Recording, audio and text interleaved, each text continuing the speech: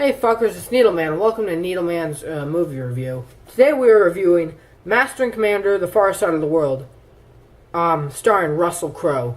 First off, this movie is really boring, really boring, so it was probably nominated for a bunch of Oscars.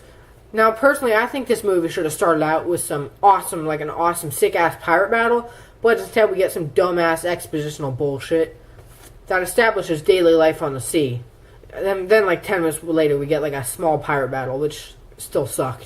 Now, I spent the first 20 minutes of this movie wondering who the hell Russell Crowe is playing, and full disclosure, I still have no idea.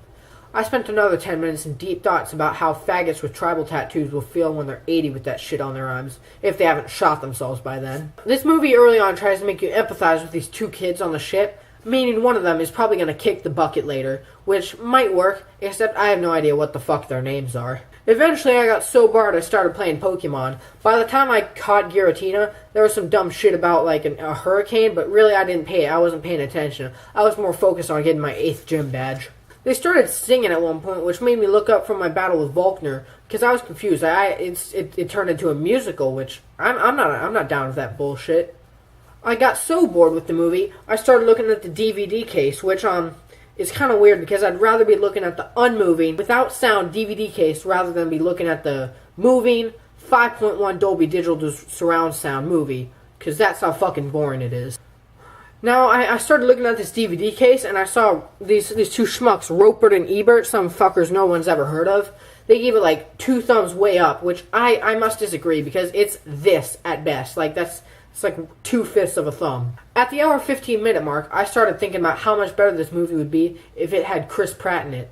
Alas, it does not, so I continued playing Pokemon. By the hour 20-minute mark, I was in a state of delirium, laughing at how stupid everyone's facial hair is in this movie. Look at that shit.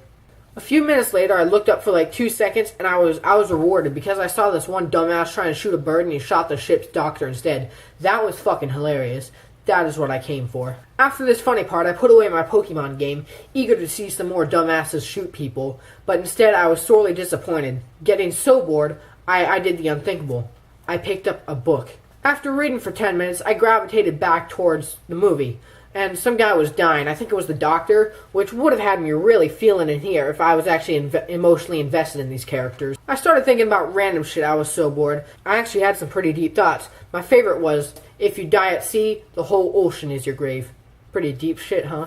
For some fuck all reason, this movie that is based on the water started having a bunch of scenes on land, which really confused me, and it also made me lose what little shred of credibility I thought this movie had. It was completely unrealistic. Eventually, some kid died. I think it was one of the ones I mentioned earlier. I didn't really care because I was so bored with this movie. I'm just like, hey, someone's dead. Okay, what next? From here on, I didn't really watch the rest of the movie. That's how bored I was. All in all, this movie sucked. If you want to watch a pirate movie based in the 1800s that was made in the early 2000s, do yourself a favor and watch Pirates of the Caribbean. There's no reason to watch this movie other than to put yourself in a fucking coma. Final thoughts, I'd rather shoot myself in the foot than watch this movie again. Final score, 4 out of 10, too much water. Anyways, that's it for today's video. I hope you guys enjoyed me ripping on this really boring movie. Check it out for yourself if you want to fucking die, which is a great idea. And remember to drop the toaster in the tub. Bye.